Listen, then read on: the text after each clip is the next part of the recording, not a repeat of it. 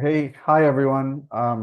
Thank you all for joining today. I'm Akash Kapoor. I'm a senior fellow at New America, and I'm here with Arvind Narayanan, who is a computer scientist, a professor at Princeton, and also the head of the Center for Information Technology Policy, or CITP, at Princeton, where I should say I actually co-taught a course last year. Arvind he was named a member of Time Magazine's inaugural cohort of 100 most influential people in AI. And we are here today to discuss his new book, co-authored with Sayash Kapoor. The book is titled AI Snake Oil: What Artificial Intelligence Can Do, What It Can't, and How to Tell the Difference. So I first discovered Arvind's writing and the book, or at least bits of the book, through his lively Substack, which is also called AI Snake Oil. And I highly recommend that you subscribe to it if you don't already. It contains pieces of the book, but he's also been writing new stuff since then. For example, some recent posts on the limits of scaling, and then a recent one on shortcomings in the UK's liver transplant program, which I found really fascinating and was a really fascinating piece of research.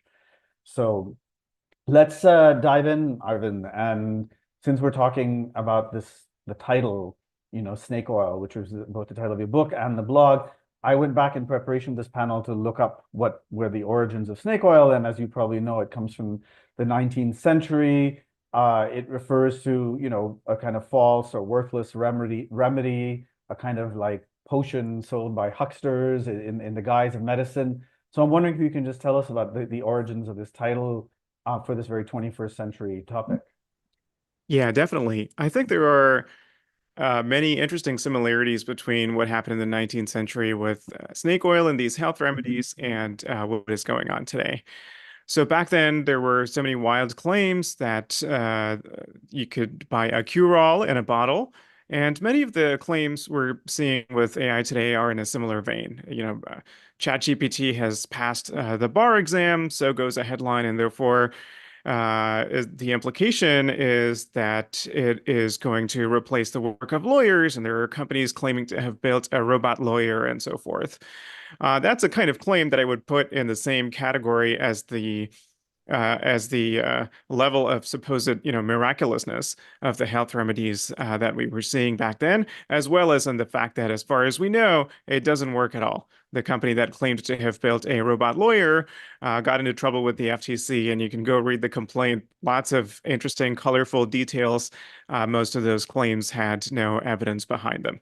It is true that ChatGPT got a very high score on the bar exam, but it doesn't mean what people often think it means, and maybe we can come back to that later. So that's where the title comes from, and the fact that people don't know what to believe, right? Eventually, we had the FDA and an understanding of modern medicine. We're not at that stage in AI yet. There is a lot of genuine progress going on, but companies are exploiting that in order to hype up their products, and we really felt like more computer scientists should be involved in giving people a technical understanding that can help them tell apart what is really new and improved and potentially very useful to them versus what is overhyped or something that just can't work.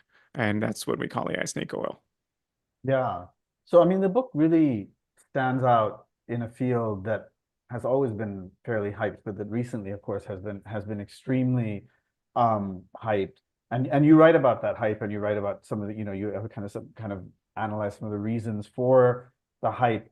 Um, I was trying to figure out if I found the book balanced or I found it skeptical in counter to the hype. And I wondered where you would put it within the kind of matrix of AI hype that way. Yeah, well, I mean, it's kind of both. I think our view on AI is balanced, and we try to say that very clearly early on in the book. We're not trying to blanket reject all of AI. We do think there are many, many genuine advances. I mean, just think about self-driving cars, right? Self-driving cars are a reality today, well, although they've been promised for a long time, and they are an overhyped technology. But now the hype is real, and if it gets widely adopted, it's going to greatly cut down on road fatalities, and it's just hard to overstate the benefits of a technology like that. But that said, I think our perspective in the book is that there are enough people talking about the benefits. You don't need another 300-page book about the benefits of AI. So having acknowledged that there are many benefits, what the book actually focuses on is, okay, what are the parts of AI that might be overhyped or don't work, or even if they do work, they could be used in very harmful ways, such as facial recognition for mass surveillance. I'm wondering if you get any pushback for kind of puncturing that hype. I mean, you're a very respected computer scientist, so that gives you some immunity, against some of that pushback. But I don't know, do you get angry emails? Do you get like at conferences, do people how sort of evangelizing is your community? I think what's interesting is that we certainly get angry messages. Those are usually on social media, much more polite in emails and face-to-face conversations. It really tells you something about, the medium um, as opposed to the people behind them. But that aside, let's talk about the responses it's been getting. Overall, we've been very thrilled that I think people do appreciate that it's a nuanced book. Again, like I was saying, it's not blanket skepticism of AI. We do have people who don't like the messages of the book for different reasons. We have at least three groups of people who sometimes strongly disagree with it. One are AI boosters who think AGI or artificial general intelligence is very near and is going to automate everything, etc. And then the folks who are worried about superintelligence and potential existential risks, which we are super skeptical of. And the third group of people who think we're not skeptical enough and who think, there was a review of our book recently, for instance, titled AI Scams Are the Point. That was really the title of the book. And it said scams are not an unfortunate side effect of AI. Basically the whole AI industry is a scam. That's a view that we strongly disagree with, right? So we're explicitly kind of trying to offer a middle ground so people who are on different sides of this debate all have something to beef with in the book, I think, and we're very happy to play that role. Mhm. Yeah, I might want to come back later to asking you the aspects that you think are not snake oil. I'm gonna hold that. I mean, the other thing I want to talk about is one of the really sort of valuable things that your book does is it gets into a more granulated view of what AI is. And so you talk about these different forms of AI, right? You talk about predictive AI, you talk about generative AI, which is the type of AI probably getting the most attention today. And then you talk about social media AI. And it seemed to me that, I mean, so it seemed you focus particularly on predictive and generative, and you seem to be a lot more skeptical of predictive AI than generative AI. Tell me if you think I'm right in that reading, and if so, maybe you can sort of explain to us why that is. Yeah, that's exactly right. So, generative AI, I don't need to explain what it is, things like ChatGPT, but also generating images, videos, music, audio, code, an ever increasing number of types of media. We do think there's a lot of hype there, but it is fundamentally sound technology. We are ourselves very heavy users of generative AI. We can talk more about that. But we think snake oil is concentrated in the predictive AI sector. So these are things like criminal risk prediction algorithms, making really consequential decisions about people, including whether, a defendant is going to be jailed or not, based on a prediction of what they might do in the future. And just, stepping back from the question of whether or not that works, it's really worrisome to me the ease with which society has accepted the widespread deployment of these technologies for making decisions about people. I mean, it's a form of pre-crime, right, in the criminal justice system. Um, but it is widely deployed in the country. So not just in that domain, you have that in hiring. Typically these days, when someone submits a job application, there is some AI involved somewhere in the process in order to evaluate how good a candidate they might be. There are some extreme versions of that, where the AI vendor says to the HR department, who might be drowning in applications, look, you're getting hundreds, maybe 1,000 applications for each open position. You can't possibly go through all of them manually. So just ask your job candidates to upload a 30-second video of themselves, talking about not even their job qualifications, but about their hobbies and so forth. And our AI will use body language and facial expressions and things like that to figure out their personality and how suitable they are for a particular job. Which, when I started seeing this 5 years ago, I was like, what? And it was mind-blowing that this kind of thing was being advertised without people going, this has to be bullshit. And there still remains no evidence that this kind of thing can possibly work.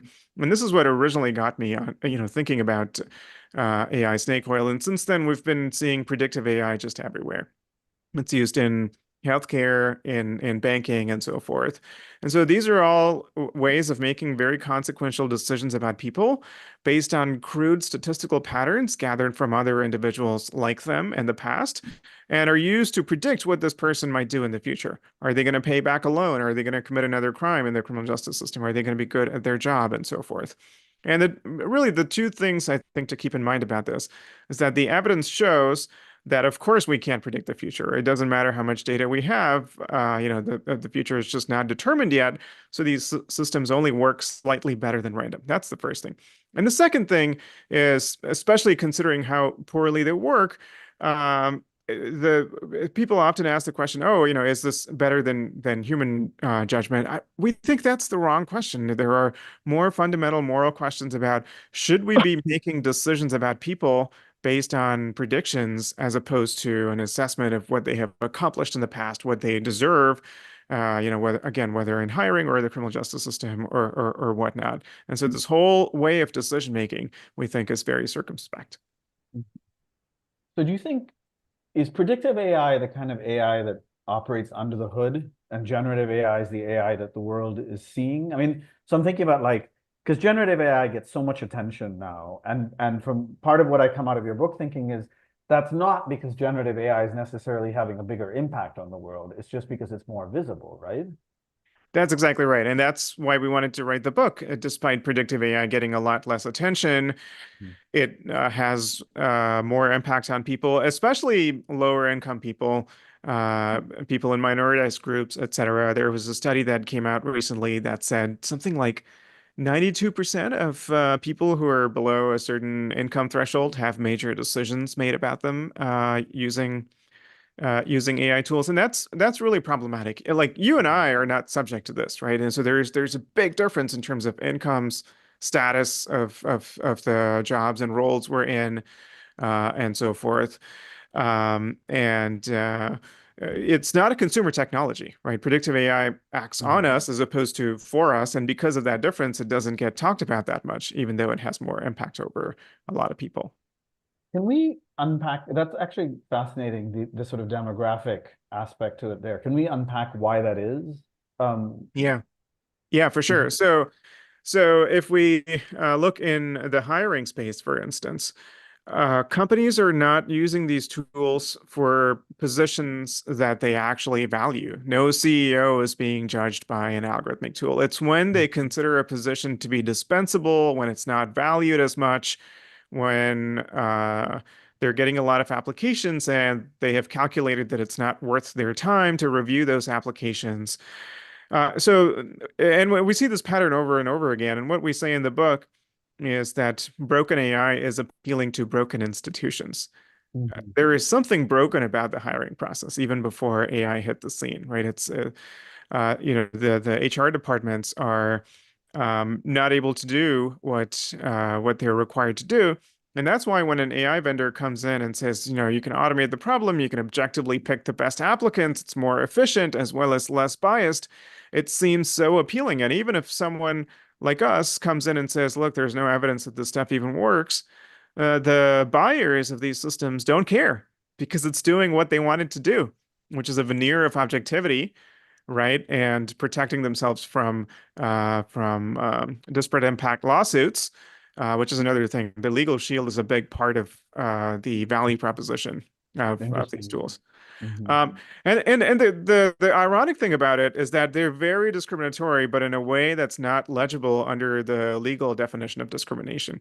They're discriminatory because people who are applying to lower wage jobs and tend to have a higher proportion of groups that are traditionally discriminated against are the ones that are put through these demeaning AI interviews, right? It's a violation of their dignity and I'm sure further harms their job prospects because they're not able to make the case to a human decision maker as to why they might deserve a particular job. So it's in that way that the discrimination operates, not in the comparison between two different CVs or videos. And that is completely invisible under the legal definition of discrimination. Um, we had an interesting talk at a New America symposium recently on liability and AI systems, which seems related to the point you're making here. And I'm wondering, what would it take, do you think, for the world to A, recognize the extent to which these are discriminatory, although I think more and more people are recognizing that. But what would it take for companies to be able to, for companies using these tools to be held to the same standard as companies not using these tools, in terms of discrimination and liability? I think a lot of it is stepped up enforcement. We have anti-discrimination laws, but when AI comes into the picture, I think our enforcement agencies need to be proactive about exactly how that is going to apply. So, a common problem that one might have is when the data from the hiring tool is not readily available, you don't really have the evidence to allege a statistical case for disparate impact, and there's some writing on this.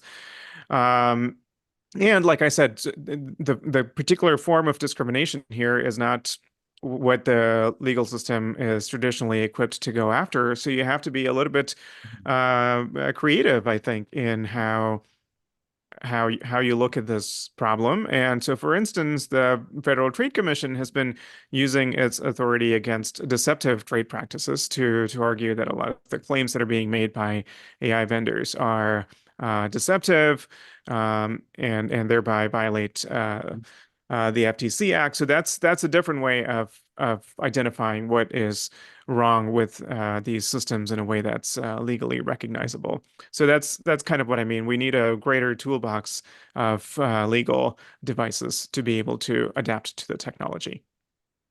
Yeah. Um, I guess I just want to dwell on this for a minute because I mean, one of the things that's so fascinating about the book is that it has this kind of sociological aspect to it, right? So like you're writing as a computer scientist, but you're writing a lot about the social impact. And I think that's what's so powerful. So I just want to dwell on this for a minute because the thing that people who are non-techies are often told when this question gets up is like, oh, it's a black box. Like you can't hold it to you can't hold it to, some kind of discrimination standard. But you're like what one thing you were just saying now was a kind of outcome-based standard that you could look at the outcomes of this thing. But in the book, you're actually doing more than that. You're like going in often and seeing the training data that's used and sort of unpacking the underlying causes, right? We can do all that. There is no technical reason that you can't do it. I mean, to whatever extent AI systems are black boxes, they are strictly less so than human decision makers, right? And we have adapted to that. We know how to provide explanations for human decision making, even if some part of it is based on intuition and not accessible even to the decision maker themselves to be able to articulate. That's what we need to build for automated decision making systems. So all the procedural checks and balances that we have for human decision making, and that is still in its early days. And the industry will really fight this because a lot of the value proposition of automation is cutting the costs of decision making. And I appreciate that impulse. A lot of these decision making systems are needlessly inefficient. But if we throw out all the checks and balances in that process, then we've ended up with a system that is worse than human decision making. However, if we do it right, it's really an opportunity. These are not nearly as much of a black box as they might seem. So first of all, a lot of these, as opposed to ChatGPT, a lot of the systems we're talking about, they're like simple regression models. These are statistical formulas that we've had for 50 years, 100 years. So there's absolutely nothing about them that's a black box, except for the fact that the companies keep the code proprietary, right? If they share the technical details, there is no difficulty in understanding them. That's the first thing. And second, even if the model itself, if you will, were a black box, like you said, outcome-based understanding, looking at the training data, being able to audit these things using simulated data, those are all well-developed techniques that we absolutely can and should be applying. So I think for all those three reasons, being able to put procedural checks and balances, the fact that a lot of these algorithms are very simple, and you can really understand the input and output even without understanding the internals. We should be insisting on a much, much greater standard of transparency and explainability from these systems. Yeah, thanks. That's helpful. So I'm going to move on and to another thing that I found really fascinating about the book. You make this observation that one of the reasons we're drawn to predictive AI is because of what you call, quote, our deep discomfort with randomness. Um, and as you explain, in part citing your own career, like I found some that the story of your application to grad school was really fascinating. Um, life is a lot about randomness, and a lot of what happens is profoundly random. So I guess help us understand the implications of this randomness for predictive AI and more generally for AI-led kind of decision making or policy making. Yeah, definitely. And to be clear, this deep discomfort for of randomness, I think we all feel it. I mean, I'm thinking about myself. In the lead up to the election, I'm sure a lot of us did this, looking at the polls or prediction markets or whatever. Regardless of whether one's favored candidate won or not, a lot of people feel relief after the election, right? So, and that tells you something interesting. Like it's better to know, even if it's the outcome that you didn't want. And so that's less about the outcome itself and more about existing in the state of not knowing. And we're not psychologists. We don't go into the evolutionary roots, presumably, of why that discomfort arises. We take that for granted, and I think there's a lot of evidence that that exists.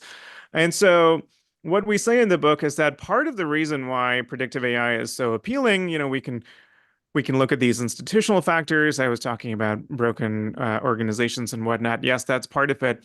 But part of it is just uh, the fact that there are human decision makers involved, and it's really hard for us to accept that these consequential decisions that we need to make, like who to hire on our team, are not things that we can make on the basis of a lot of evidence. I mean, we can filter out some job candidates based on relatively obvious qualification or lack of qualification for the job. But beyond that, just looking at my own experience with graduate school admissions and talking to my colleagues over the years, whether it's a statistical system or a deep understanding of the candidate based on interviews or whatever, you just can't predict beyond a point because so much of it is based on factors that are simply not known, excuse me, at the time you're making your decision. Sorry about my throat. Give me a second. How someone's going to perform in their research career and their job and whatnot is influenced by so many things that are just not part of their CV. And that's one of the reasons I told my own story, how, many, many chance events factored into it. And we have research on the predictability of people's life trajectories. My Princeton colleague here, Matt Salganik, along with many others, led a project called the Fragile Families Challenge. And it was an enormous effort to try to use a lot of data to predict the outcomes of children who were tracked over a period of many, many years. So there was a lot of data about them. It didn't help that much. So we know that these major life outcomes are fundamentally unpredictable. We're not comfortable with that. And therefore, the idea that we can statistically predict them is very, very appealing because it allows us to pretend that this unpredictability is in fact not there. So just to be clear, is your view that like predictive AI offers nothing over randomness? Like, because you talk about using partial lotteries, for example, at one point, setting just for the audience, setting basic criteria, and then above that criteria, doing it totally random. Is your view that that's just as good or better than predictive AI, or is there like, is there some incremental benefit that the predictive AI could offer in some cases? It really depends on the application. In some cases, I do think prediction, whether it's AI or not, right? So our problem is with prediction. It's not so much with the AI part, just Right, to right. clarify. Yeah. So in many applications, we don't think prediction offers anything over just explicit randomness. So, for instance, for college applications, all of this effort that is spent on prediction, even though it's not called prediction, I think is essentially wasted. We talk in the book about how elite universities like mine are engines of socioeconomic inequality, and I think the admissions process should look very, very different. It shouldn't center this attempt to predict who is going to be a successful leader or whatever it is they're trying to predict. But in many cases, we don't have that option. We have to predict. So if banks didn't predict who is going to pay back a loan, they're going to go out of business. And of course, we're not calling for lotteries in that situation. There are various others as well. We talk about in the book the fact that Facebook, both on Facebook and Instagram, Meta uses algorithms to predict who might be at risk of suicide. And just a note for listeners, just for the next minute or two, I'm going to talk about this sensitive topic. And We talk about all of the problems with this. There are definitely things that can go wrong. There's very little transparency into the system. And what happens when someone is predicted to be at risk of suicide based on something that they posted on Facebook, on Instagram, is often that might get escalated to police. And we have data showing that when police come into contact with people who are undergoing mental health challenges, the outcome might not always be the positive one that Meta is hoping for in escalating it. So, with all that said, we think this is a fundamentally well-motivated application. If there were a lot of transparency and external oversight around it, this would be, I think, a great way to intervene in people's lives in moments of great need. And there are fundamental structural reasons why social media is actually a better avenue for this than the traditional medical system, which is that the intervention can be at the moment when they need it, as opposed to the health system, which might only encounter that person once in a few months or so.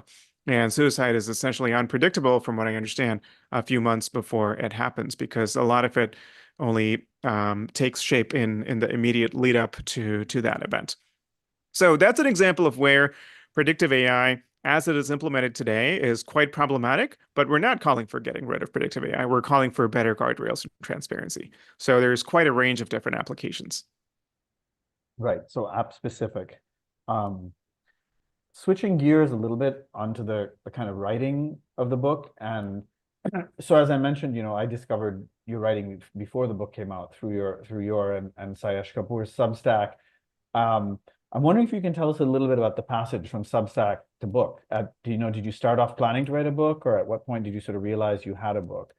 The book was first. So the research for the book has been going on for the last 5 years or so.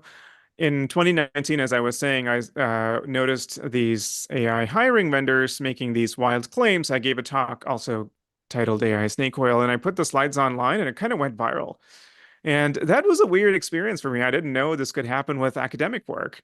And I thought about, why is it that this resonated so much with so many people? And I realized that it's not because of anything profound that I had said, but rather because so many of us suspect that a lot of the claims we're seeing are not backed by evidence. But, when there was someone saying, "Look, I'm a computer scientist. I understand these systems. I build AI, and I can tell you that these claims don't make sense," that really resonated with people. And within a couple of days, I had like 30 or 40 invitations to turn that talk into an op-ed or even a book in some cases. But I didn't feel ready to write a book. I could spot specific instances of AI snake oil at that time, but didn't have a coherent framework. Wanted to develop that framework. That's where Sayesh comes in. We've been doing research on this topic. So in the back of my mind, it was always going to lead to something like a book, but that coalesced around 2.5 years ago. And so we started writing the book, I think, a little bit before we launched the Substack. We were doing both in parallel, the book for more foundational understanding, the Substack for more breaking developments. So there's, a lot of predictive AI in the book, as we've talked about, but in the Substack, it's mostly about generative AI, since that's what's in the news and people want to learn about. So they kind of complement each other. Yeah, and so I was going to ask you also in the writing, if well, for one thing, if like anything you did changed because of the rise of generative AI, but also if you just feel that the book is having a different impact because of generative AI, even though you're writing so much more about predictive AI. Oh yeah, for sure. So what changed in the book?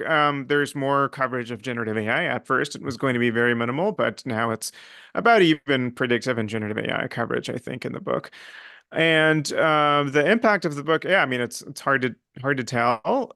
We don't know how things would have gone if generative AI hadn't taken off in the consumer space, but I do think it has led to greater interest in learning about whether the hype is really all that it's made out to be.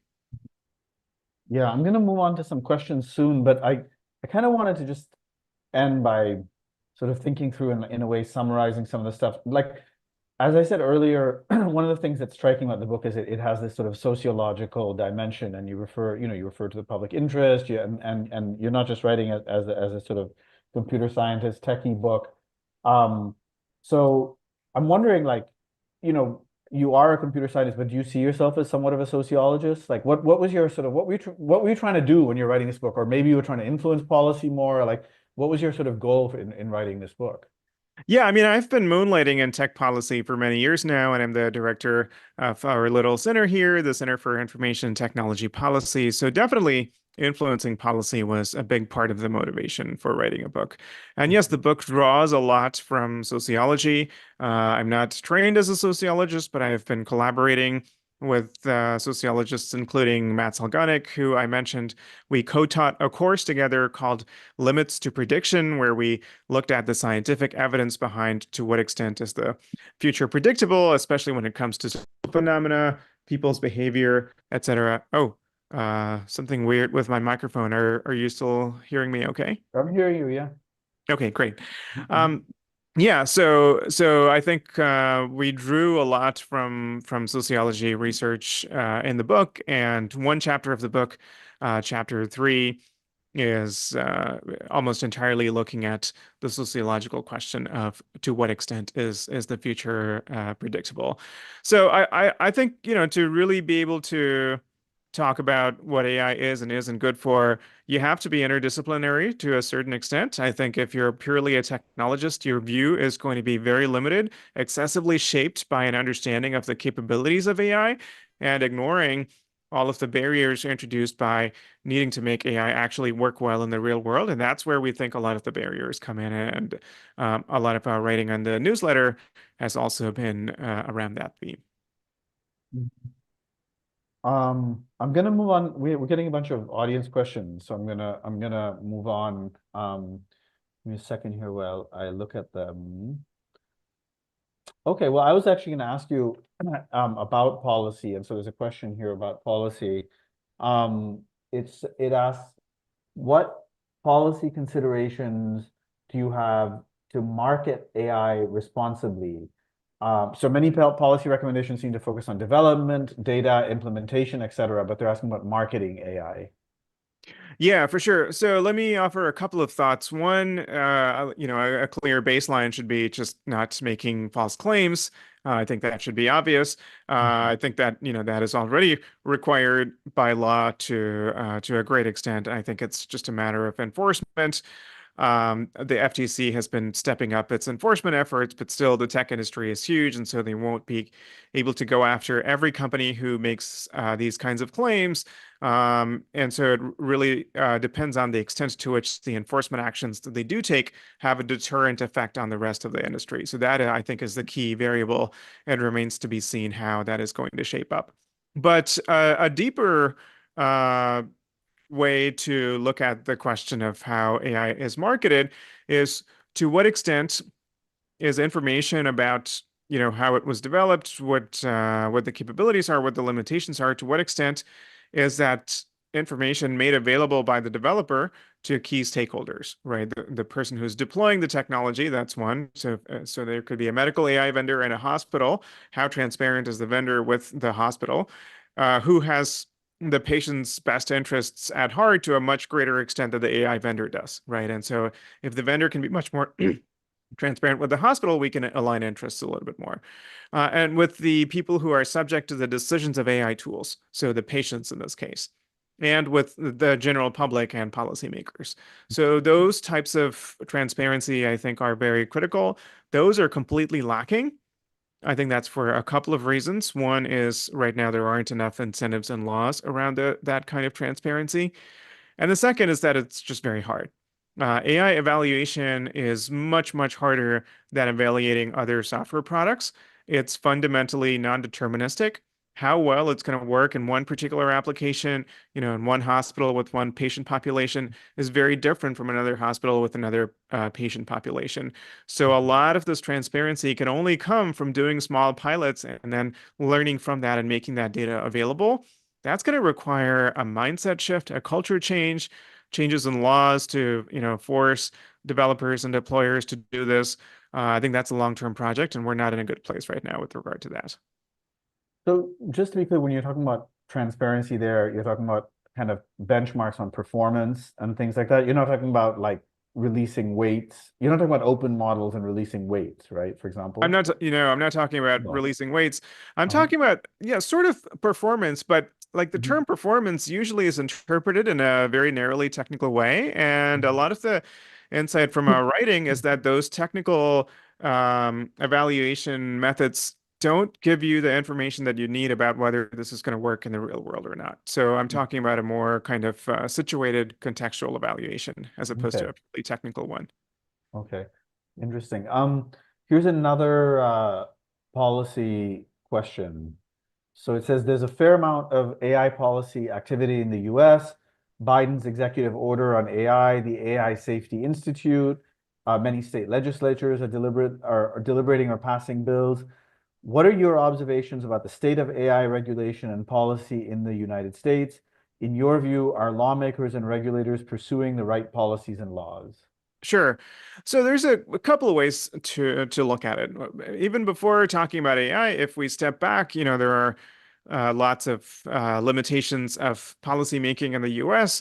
Congress is often derided as dysfunctional, and I think there is certainly some truth to that. And I start by mentioning that because a lot of the time when people are complaining about something they don't like with AI policy, it's just a broader complaint about policy making per se. And it's not something that's specifically bad about AI policy. So I've pushed back against AI exceptionalism, the thinking that AI is a particularly difficult domain for AI policy, maybe because lawmakers lack expertise or whatever. I don't think it's harder than really, almost any other area of policy, all of which require deep expertise, none of which expertise lawmakers themselves have, but they have staffers and agencies and various ways of delegation. And all of those work reasonably well for AI as well. And so compared to the baseline of however well or poorly you think making in the US works, AI policy making is not necessarily worse than that. It's pretty good in some ways. I've appreciated the way in which lawmakers have been able to take input from many kind of warring contingencies. Some, for instance, who are concerned about safety and want to curb down on these models. Others who want to accelerate as much as possible and are concerned about innovation, and yet others who are concerned about discrimination and so forth, and have been able to thread a middle ground pretty well. So those are all, I think, good aspects of AI policy. But I do think there are some AI specific limitations when it comes to any emerging technology. Some of our traditional ways of lawmaking, like administrative law, like long notice and comment processes, and kind of ex ante determination of what the rules should be. Those don't work that well, and so we need a much more responsive way of doing things. We need a more resilience-focused approach to governance, and that I think is in its very early stages, and we have some writing advocating for more of that What coming would that out. look like? That sort of resilient, responsive regulation or whatever. Yeah, so I think it should be a combination of traditional regulation and soft law. I think, I'm saying this not because I'm a great friend of the industry. This is not about self-regulation and a kind of libertarian perspective on tech. That's not where I'm coming from. But I think it's genuinely the case that a lot of the time right now, policymakers lack information about important things that are necessary to get right in order for legislation to have its intended impact, whether it's legislation or the executive order or something else. For instance, the 10 to the 26 number, which often comes up in AI policy. So any models that are so big that it took more than 10 to the power of 26 computations, which is 100 trillion computations, in order to train them, have to be subject to some stringent limitations, right? And so that's part of the executive order. It was a big part of the California AI regulation bill that was very controversial and was vetoed by Governor Newsom.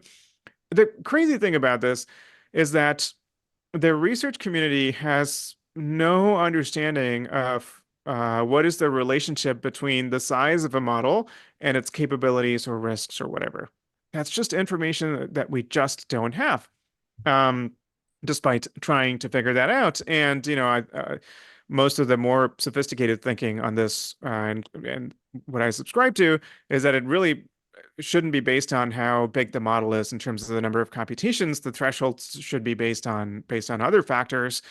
Um, so that is something we're gradually learning. In a year from now, or 2 years from now, our knowledge on how to draw that line is going to look very different from what it is today. And so if we freeze these thresholds and these models, we risk getting into a situation where it makes no sense 2 years from now. Mhm. And it's both creating a big compliance cost for a lot of companies who are training innocuous models that do meet that threshold, but also risks not curbing down on the harms that it is supposed to go after. And Mhm. so there needs to be kind of more delegation, right? It's not a matter of freezing one threshold of law. What those ways of delegation are going to look like, it depends on a lot of things. I don't want to give any one specific answer, but you can see how current ways of doing things are not working that well. Mhm. What are your thoughts on global governance of AI? Because it's gotten so caught up in the kind of like so much tech policy, it's gotten so caught up in the geopolitics. Um, are you concerned about that? I mean, first of all, do you see like a need for some kind of global harmonization? And are you concerned that that's going to get messed up by the geopolitics, the sort of toxic geopolitics of our time? Yeah, we talk about this a little bit in the book. We do think there is need for global governance, not so much harmonization. I think Mhm. uh, that particular angle is overstated. We think it's actually really healthy for different countries and regions to have different regulatory approaches. The EU, US, and China all famously have different ways of looking at things. And I think that's, obviously other regions of the world, and I think that's for the most part a good thing. I think we do need more international coordination. So, for instance, the coordination that's happening around AI safety with this network of AI safety institutes, I think that's very obviously a good thing. We don't want redundant work to be done in many different countries and regions. And certain issues are very much international. So, for instance, labor rights. So there's a huge amount of human labor that goes into training AI. That labor is mostly in developing countries, and the labor protections are very, very poor. This is often very kind of trauma-inducing work because you have to filter out the gore and the worst of the internet from the training data that goes into these AI models. Obviously, these workers are poorly paid, competitive, I think, with prevailing wages, but it is very contingent work. Like you wake up today and you don't know if you have a job or not because maybe they've finished training the model and they've ended that particular batch of annotation work. And so I think it's a very problematic situation. And I think this will require some kind of international coordination. Again, it's not harmonization. Yeah. But one way I would put it is imagine a version of fair trade that we've had, in other markets, except something that is actually backed with some regulatory teeth. Because it's coordination more than harmonization That's right. in that sense. That's right. And I was wondering if you would you put cross-border data flows in that category? I mean, data is obviously a crucial input. Does data localization, is it a problem for the sort of growth of AI? I mean, so I would rather than thinking about it as is it a problem for the growth of AI, I would say, are we doing what we need to do to my microphone is having that glitch again. Hopefully you can All good, yeah. okay, hear me okay now. Mhm. So, are we doing what we can to protect the rights of people in different parts of the world in keeping with the in keeping with the norms and the demands of the society in those respective regions. That sounds really abstract, but to make it more concrete, there has been a lot of fighting over the GDPR and the training data for AI models and whether that's getting in the way of AI innovation. I think a better way to look at it is just the norms in the EU and the US are different. So if it were a matter of the same trade-off in the US, right? So data that is publicly posted online, but nonetheless is personal data in some sense. And when it comes to the use of that data for training AI models, um, I think democratically, the US would make a different decision than the EU would, one that's more business friendly in the US. Not everybody in the US would advocate for that, but I think roughly we fall on that side of the line, and the EU falls on a different side of the line. So again, here, I think the answer is not harmonization, but it's precisely about respecting those differences, right? So how do we respect those differences, do the right thing by local populations, while minimizing to the extent possible the impact on AI innovation. So I think innovation should be the secondary concern here. Respecting rights should be the primary concern. Mhm. Right. There's another uh interesting question here that I'm gonna read out to you. It's a little long, but I'll try to. So it goes, you're a declared skeptic that the scaling pattern for LLMs will continue, i.e., that increasing compute by an order of magnitude will continue to exponentially improve model capability and perhaps result in AGI. So can you explain why you're skeptical? And two, what are the potential risks to society that could result from this belief, given that it's helping to drive massive capital investments in ever larger clusters and geopolitical AI competition between the US and China?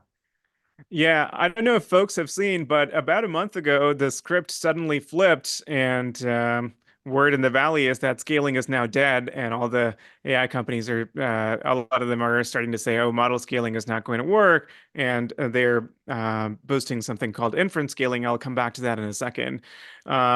Which, obviously feels very vindicating for me because I've been pointing out what I think is pretty obvious, that you can't just keep scaling up these models and hoping that they will get better in the same way that GPT-4 was better than GPT-3, for instance. There's a couple of reasons for that. One is it was very clear with the current crop of models that we've quote unquote run out of training data in a certain sense. These models are being trained on essentially all of the data on the web. There are ways to push that up, but it's not just business as usual. It's not more of the same. There has to be a lot of innovation, I think, in getting high quality data that can be bigger than the current data sets that are out there. For instance, you could train on all the YouTube videos, but video data is very different from text data. So it's not at all guaranteed that that's going to result in further improvement in models, and a lot of technical innovation might be required in order to take full advantage of being able to train on YouTube videos. So that's the first big reason for skepticism. Um, Again, whether or not you think scaling is going to continue, even if it does continue, it's going to be a different process than what has happened so far So because the just so I can understand, that's a data scarcity argument though, right? That's not like is that a scaling problem per se, or is that a data scarcity argument? I apologize. I should have clarified that when we talk about scaling, the way that scaling has worked is Mhm. increasing three things in tandem. The volume of training data, the size of the model in terms of number of parameters, and Mhm. the amount of computation used to train the model. And it's the close, harmonization, if you will, that term's coming back again, of those three that has led to the progress so far. So that is running out, right? So even if scaling continues, it's going to look different in the future. That's the first thing. Mhm. The second thing, and this is an even bigger reason and a more underappreciated reason, is that even if companies do manage to build bigger models that have more capabilities, if it's going to be an order of magnitude bigger, it's going to cost an order of magnitude more per invocation for the same number of tokens. Mhm. And so it makes less business sense. The set of use cases for which, excuse me, users and other downstream developers will want to use a 10x bigger model is going to be much less. You just have a typical, supply and demand curve in economics. And so, if that model is getting much less traffic, then you have to further increase the unit price. And so the economics might simply not work out. So that's another big reason for skepticism. So that's on model scaling. And now companies are saying, oh, we're going to take the models that we have and do inference scaling, which is have them sort of think for longer and longer before outputting an answer. And that's where a lot of the hype is concentrated now. And that's pretty silly, I think.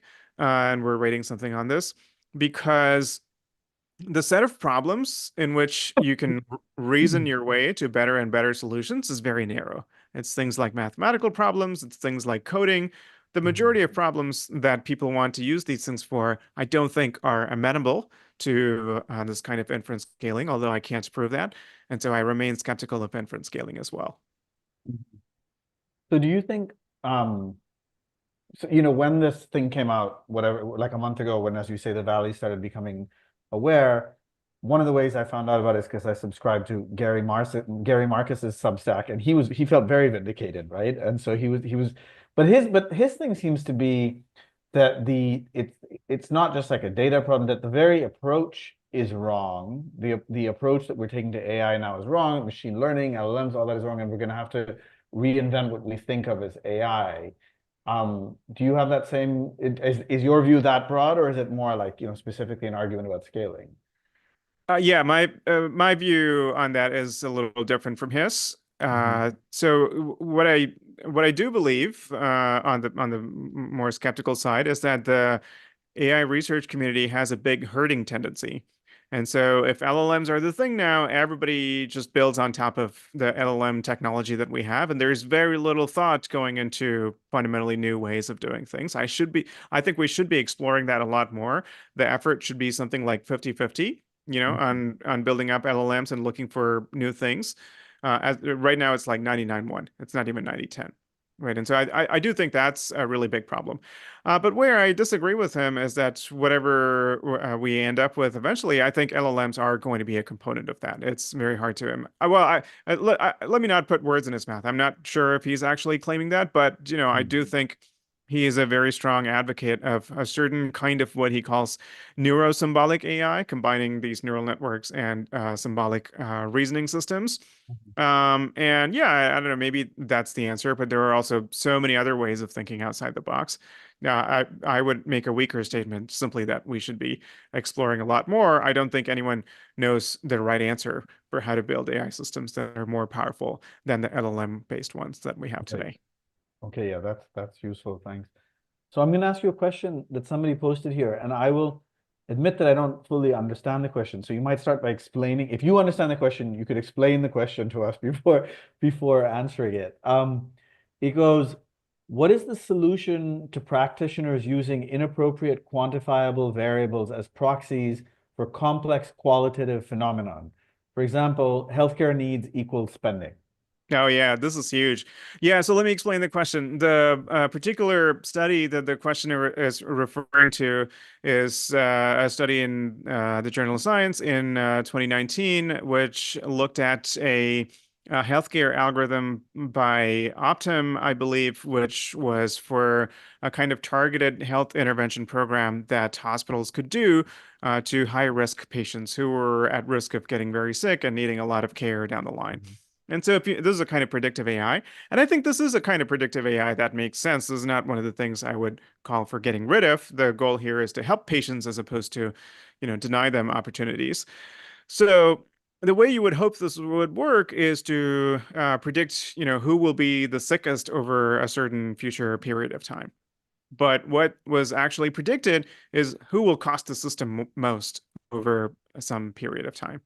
And as you might imagine, historically, the hospital system spends a lot more on white patients than black patients, and so that bias gets baked into the algorithm. So Mhm. we see this over and over again. We call it a target construct mismatch.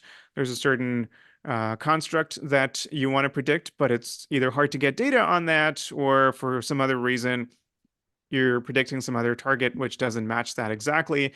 And so you're really good at optimizing your system, but it's optimizing for something that's not societally aligned with what we want, right? So it's a very broad problem. Mhm. It also occurs in recommender systems that optimize for engagement as a proxy for optimizing for user satisfaction. if I can go on a one slight tangent. So we often think of these social media platforms as being, kind of evil, if you will, and want to extract as much attention as they can out of users. But the thing is, they know that doing that is not even in their own best interests because people are going to realize that social media is so toxic and they're going to quit, and people are quitting. And so they're shooting themselves in the foot. But the reason they're persisting with this is that it's actually so hard to accurately measure long-time user value, what truly makes a person happy over a long term on social media. And it's much easier to predict what they're going to click on next or what they're going to like on. And I think that technical reason is part of the reason that social media is so messed up. So, yes, Mhm, this is a problem that comes up everywhere. I think the answer has to be part technical, like in the social media context, more research on how do you truly measure what users care about, and partly about incentives. So, of course, incentives are also a part of the problem with social media. They do want to maximize attention over the long term. So even that is a problem from a societal perspective. Um, and in the case of the hospital system, to be able to do the right thing by different groups of patients, you have to incur a greater cost. So the AI vendor and the hospital system have to accept that they're going to do that, and if they're not willing to, they have to be forced by regulation to do that. So there was a reason why they were optimizing for something, which is that it did minimize cost.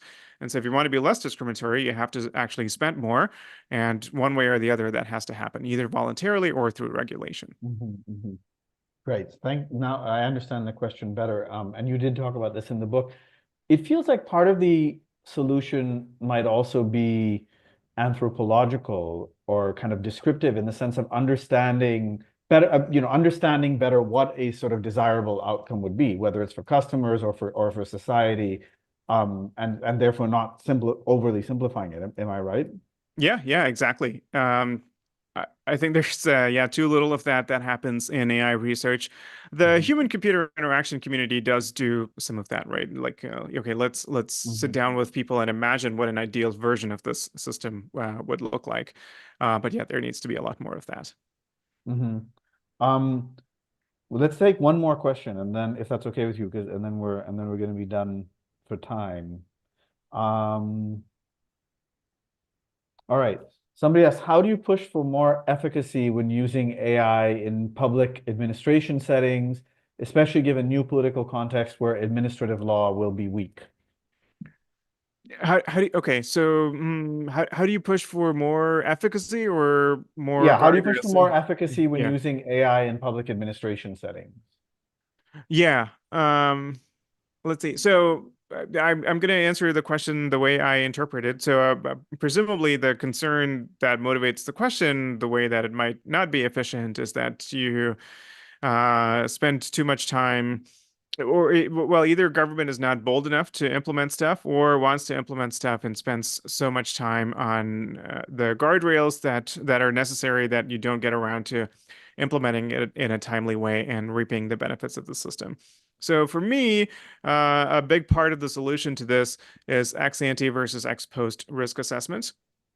So right now, a lot of so for instance, OMB has the Office of Management and Budget has guidance on government adoption of AI, and I think it f focuses to perhaps overall it's a very good document, but perhaps it focuses too much on ex ante assessment of how is this going to impact people's rights, for instance. Mhm, And this is very hard to do with AI, going back to the point I was making earlier about AI versus other software. In a lot of cases, you can only get the information that you need to make that decision after you've already piloted the system. And mhm, that is just culturally very different from how government does things, right? So if you think about the typical procurement process, like all of the assessment is done up front, right? And then you procure it and you're done. For AI, I think you have to think differently. And so I don't know how that is going to happen, but that I think is what does need to happen. mhm. Okay. Well, we're on time and I like to run a tight ship. So I'm going to thank you. Thanks so much for that conversation. I really enjoyed it. I mean, I love the book and I love this conversation that allowed me to go deeper into it. Thanks for your Thank you, time. everyone. This Mhm. was really fun. I apologize if I spoke too fast at times. I do that sometimes when I get too excited. Well, I'm glad you were excited. So I didn't notice that. Thank you. Bye. Thank you. Take care.